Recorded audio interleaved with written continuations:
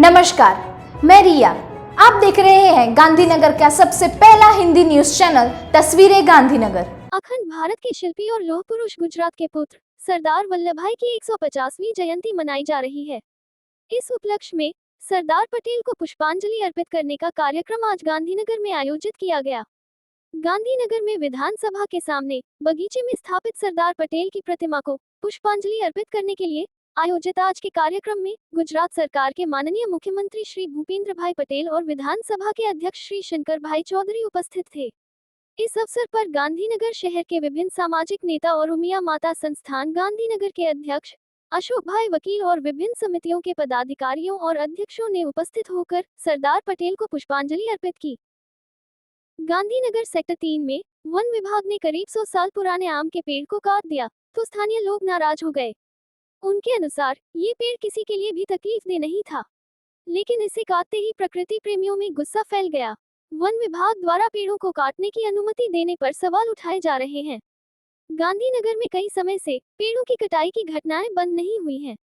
इस आम का पेड़ काटने से अनगिनत पक्षी आश्रय से भी वंचित हो गए हैं। ફોરેસ્ટ વિભાગ વૃક્ષ કાપવા આવ્યું છે, પણ એમના જોડે પરમિશનનો કોઈ પત્ર જ નથી. એટલે આવું કોઈ ઇલીગલ કાપવા આવતું હોય અને ભરીને લઈ જતું હોય એ પણ આ શક્ય છે. જેથી અમે આજે આ ટ્રેક્ટર નહીં જવા દેવા વિનંતી કરી છે. ફોરેસ્ટને પણ કહ્યું કે તમે પત્ર લઈને આવો અને ત્યાં સુધી અમે આ ટ્રેક્ટર નહીં જવા દઈએ. શ્રીરામ ચેરિટેબલ ટ્રસ્ટ પ્રકૃતિ સાથે હું જોડાયેલો એક વ્યક્તિ છું. ગાંધીનગરમાં અમારી 100+ છોકરા છોકરીઓની ટીમ છે જે પ્રકૃતિ માટે કામ કરી રહી છે, એનિમલ્સ માટે બી કામ કરી રહી છે. હું ગઈકાલે અહીંયા આવ્યો હતો હીર કોમ્પ્લેક્સમાં મારા બાબાને લઈને થેરાપી માટે. ત્યાં હું જોઈ રહ્યો છું તો કે ચાલુ વરસાદ વંટોળમાં ફોરેસ્ટ ડિપાર્ટમેન્ટ તથા એમની ટીમ એક 100 વર્ષ જૂનું આંબાનું ઝાડ કાપી રહ્યું છે. મેં જોડે આવીને સ્થળ પર નિરીક્ષણ કર્યું તો 250 વારના પ્લોટની બહારની સાઈડ આ ઝાડ આવતું હતું. આ ઝાડ બહુ ખોટી રીતે કપાયું છે. ફોરેસ્ટ ડિપાર્ટમેન્ટે અહીંયા આવીને વેરીફાઈ કરવાની જરૂર હતી, કોઈ પણ પ્રકારનું વેરીફાઈ થયું નથી. આ જ રીતે જો ગાંધીનગરનો વિકાસ ચાલતો રહેશે તો આ એક બહુ દુર્ભાગ્યપૂર્ણ કાર્ય છે. ફોરેસ્ટ ડિપાર્ટમેન્ટનો આનો જવાબ પ્રકૃતિ પ્રેમીઓને આપવો પડશે. गांधीनगर के रांधेजा गांव में डॉक्टर विश्वामित्र पटेल के फार्म पर दिगंबर अखाड़े के संत श्री सरयू जी महाराज द्वारा चतुर्मास के अवसर पर एक यज्ञ का आयोजन किया गया है, जिसमें वे एक पेड़ पर रहते हैं और दैनिक 1.25 लाख तुलसी दल को शास्त्रीय अनुष्ठानों के साथ शालिग्राम पर चढ़ाया जाता है। गुजरात ब्रह्म समाज के जाने माने अधिवक्ता और अध्यक्ष डॉक्टर अश्विन त्रिवेदी और ब्रह्म अग्रणी केतन व्यास ने इस यज्ञ कार्यक्रम में संत श्री सरयू जी महाराज का स्वागत किया। कार्यक्रम के आयोजकों ने बताया कि आने वाले कार्तिक पूर्णिमा के दिन एक विशेष पूजन अर्चन का आयोजन किया गया है।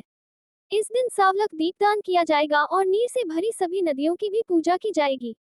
इसके साथ ही गायों की पूजा के लिए विशेष व्यवस्था की गई है। स्थानीय समुदाय और ब्रह्म समाज के नेताओं ने भी इस यज्ञ और पूजन कार्यक्रम में उत्साहपूर्वक भाग लिया है। आयोजकों के अनुसार प्रत्येक समारोह में शास्त्रीय परंपरा का पालन किया जाता है और भक्तों के लिए विशेष व्यवस्था की गई है। संत श्री सरयू जी महाराज अपना जीवन पेड़ पर ही बिताते हैं, जो उनकी आध्यात्मिक जीवन शैली का एक विशिष्ट उदाहरण है।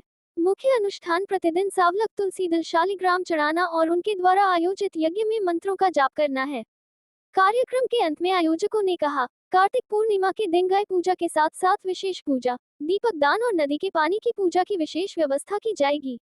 कार्यक्रम के अंतिम दिन बड़ी संख्या में भक्तों के उपस्थित रहने की संभावना है।